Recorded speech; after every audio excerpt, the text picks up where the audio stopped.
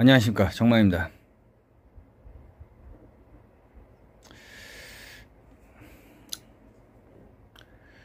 오늘 드릴 말씀은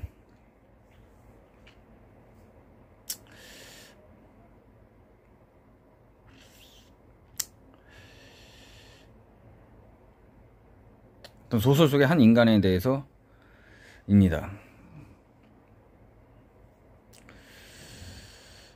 현대 사회에서도 이런 인간형들이 지금 대한민국 사회에서 굉장히 많은 것 같아서 한번 말씀을 드리고자 합니다. 예전에 국민학교 때 저는 좀 조숙해가지고 드라마를 많이 봤는데 6.25 전쟁 특집극 같은 거, 하여튼 TV를 좋아했습니다. 드라마를. 그래서 뭐 어렸을 때부터 이제 국민학생 때부터 눈이 많이 나빠졌죠. 그 드라마를 보다 말다 하는데 국민학생이니까 뭐 전부 다 보진 못하고 다 이해할 수는 없으니까 그 당시. 근데 아이러니한 게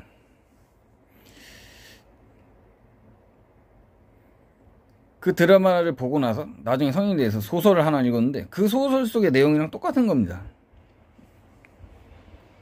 그 유효 특집급의 그 원작이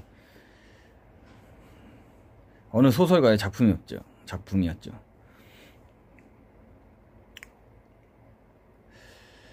그 작품이 뭐냐면 조정래의 불놀이, 조정래 작가의 불놀이라는 작품입니다. 태백산맥으로 유명한 조정래 작가의 작품이죠.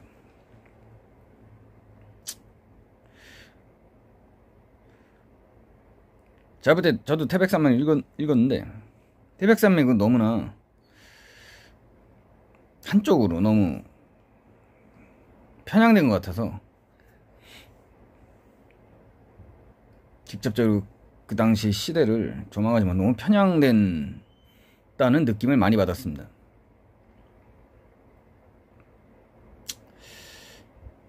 근데 조정래 씨의 다른 단편 소설, 중편 소설을 보면 상당히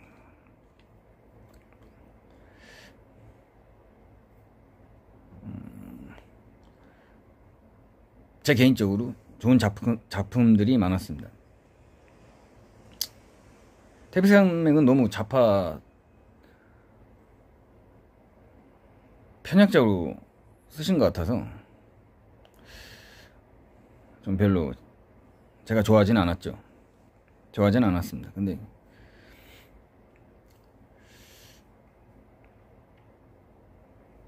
하여튼 단편 소설인데 조정래 씨의 중편 소설들은 굉장히 감명 깊게 읽은 작품들이 많습니다.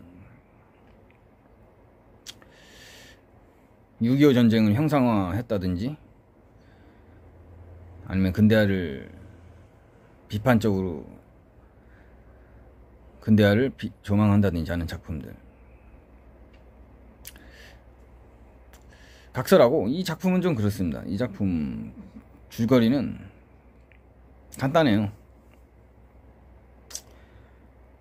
전라도의 한 지역에 대장장이었는데 주인공이 배점수라는 사람,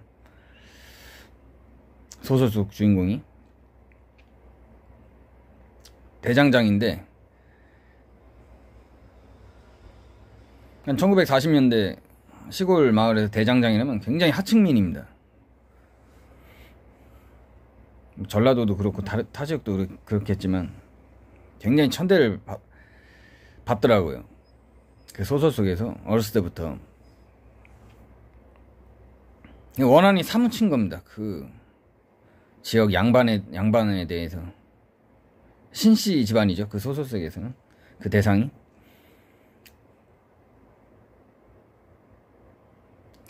어느 날 6.25 전쟁이 터져가지고 공산당이 들어왔죠. 그 지역에.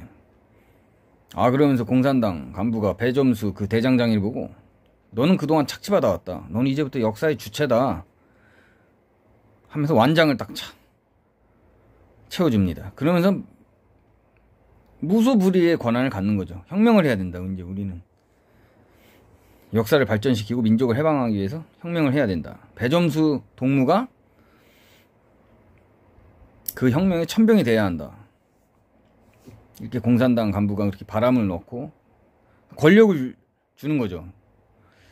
그 지역에서 무소불위의 행동을 할 수 있도록, 무소불위의 권력. 자기가 어렸을 때부터 원한이 사무쳤던 그 신씨 가문, 양반집 가문을 아주 쑥대밭으로 만듭니다.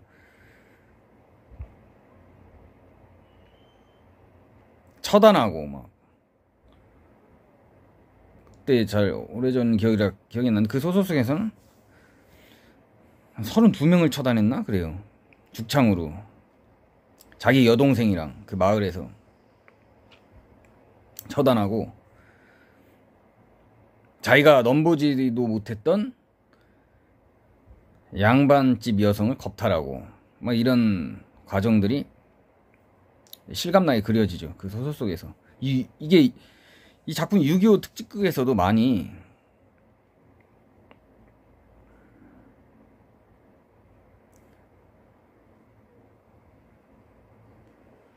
방영이 됐습니다. 다뤄져가 형성화돼가지고 방영이 됐습니다. 이제 북한군이 6.25 전쟁에서 이제 패배하고 이제 후퇴하죠, 공산당이. 그러니까 자기도 고향을 떠나야 되죠. 자기 여동생은 이제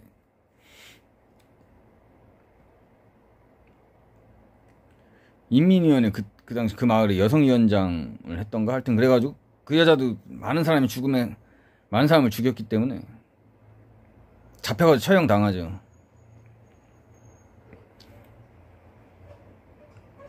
이제 공산당이 쫓겨가고 이제 한국군과 한국 경찰이 오니까 배점수라는 이 사람은 도망을 가는데 타 지역으로 자기의 모든 신분을 다 속이고 경상도로 도망가서 대장장이 관련 업무를 하다가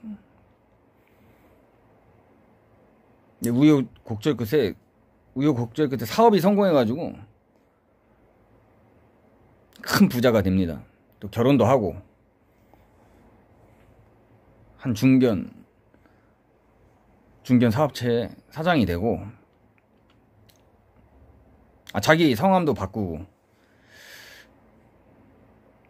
호적도 바꾼 거죠. 그러니까 가호적을 하나 팠어요. 이북에서 내려온 사람으로 속여가지고 성도 완전히 바꾸고 이름도 바꾸고. 그래서 말년은 아주 기업체 사장으로서 아주 행복하게 지내고 있는데 어느 날 전화 한 통이 걸려옵니다. 배점수 씨 안녕하십니까? 이 전화를 듣는 순간, 이 전화를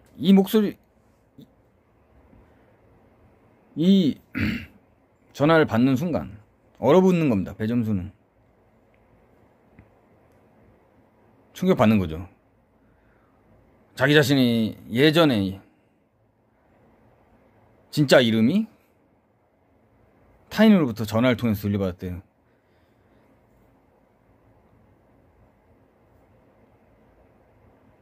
그 20몇 년 만에 그 이름을 다시 자기의 옛 이름을 듣는 순간 아주 전율에 떠는 거죠.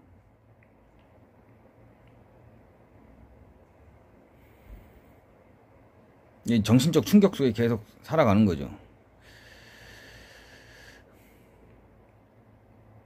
배점수 씨 계속 전화를 걸면서 그 전화에서 난 당신의 과거를 알고 있다. 확 밝혀버릴까? 네가 양반집 신씨 가문의 사람들을 많이 해쳤으니까 그거 밝혀버릴까? 이런 식의 뉘앙스죠. 그러니까 얼어붙는 거죠. 쪽도 못 쓰고 배점수 소설 속 주인공 배점수는 그 회장은 살 떨리는 거죠. 그냥 건강이 급속도로 악화되고 그 아들 의문을 갖고 추적을 하는 거죠, 이 사건을.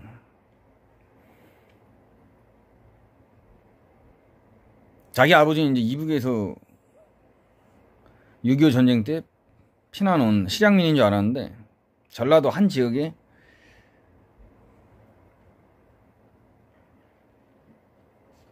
대장장이었던 겁니다. 그 마을을 직접 찾아가지고 그 아들이 그 전화를 건 당사자랑 어떻게 연결이 돼가지고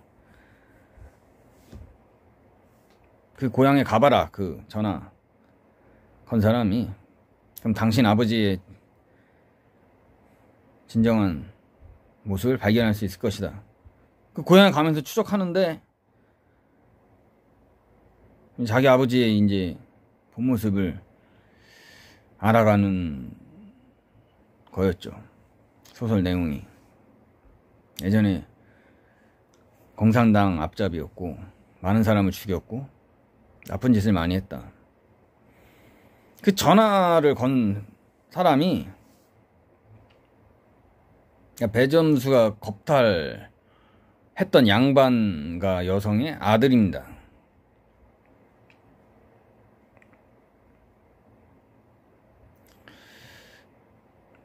그 남편은 죽었고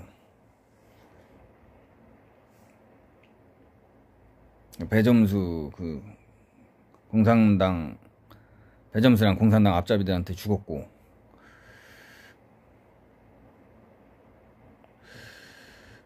뭐 소설 속에서는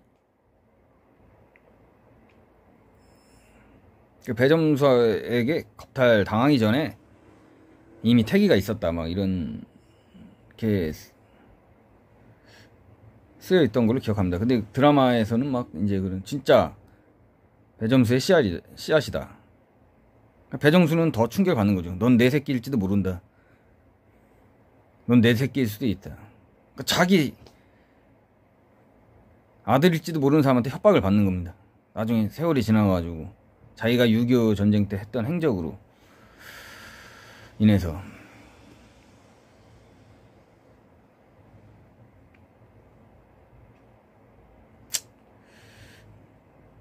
궁금하신 분들은 한번 읽어보십시오.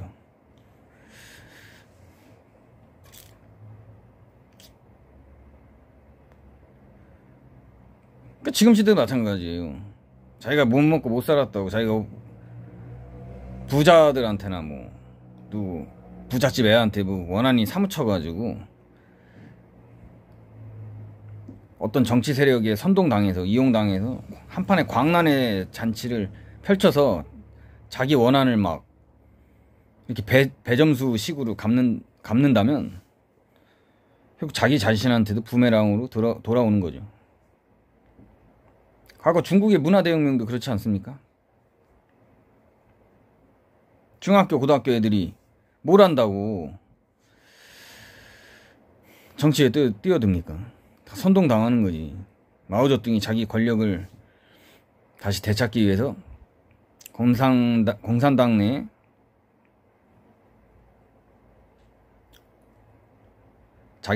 자기에게 반대하는 파벌들을 공격하는 거죠. 원래 근본 목적이 애들을 청소년들을 이용하는 거죠. 자기 엄마를 고발하는 청소년도 나왔어요. 문화대혁명 때 우리 엄마는 혁명의 반역자다. 나중에 이 사람 후회했다 그러더라고. 이제 어른이 되고 나서 후회하는 거지. 그 당시에 이제 철도 없고 막 우쭐해서 뭐 진정한 사회주의 혁명을 한다 뭐 이런 식의 선동당해서 한판에 광란의 잔치가 펼쳐가서 뭐 얻은 게 있나요? 중국 사회가 발전했나요? 문화대혁명으로 인해서? 문화대혁명으로 인해서 중국 사회가 발전했나요? 정당한 적법 절차 없이 그냥 막 사람을 여론으로 그냥 인민재판하는 거죠. 몇 년 전에 있었던 박근혜 대통령 사기 탄핵 사건도 그렇고 자기 자신의 원한을 어떤 정치 세력한테 이용당해서 함부로 감정적으로 풀어서는 안 된다는 겁니다. 만약 감정적으로 그런 식으로 막 배점수식으로 푼다면 진짜 큰 비극이 자기 자신에게 찾아오는 것은 필연이라 생각합니다.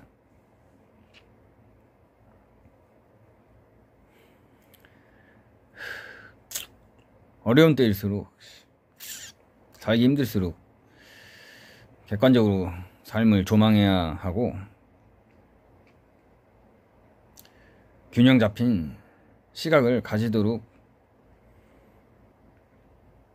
노력해야 한다고 생각합니다. 부자건 가난한 자건 간에, 청년이건 장년이건 간에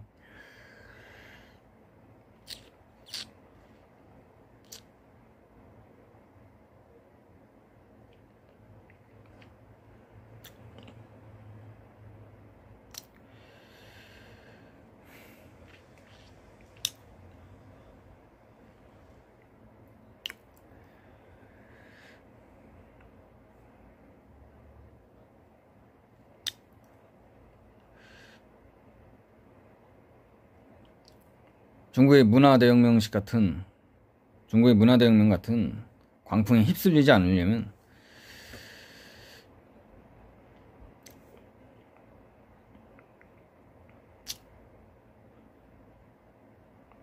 정말 많이 공부해야 하고 신중한 균형 감각을 키울 수 있도록 자기 자신이 노력해야 한다고 생각합니다.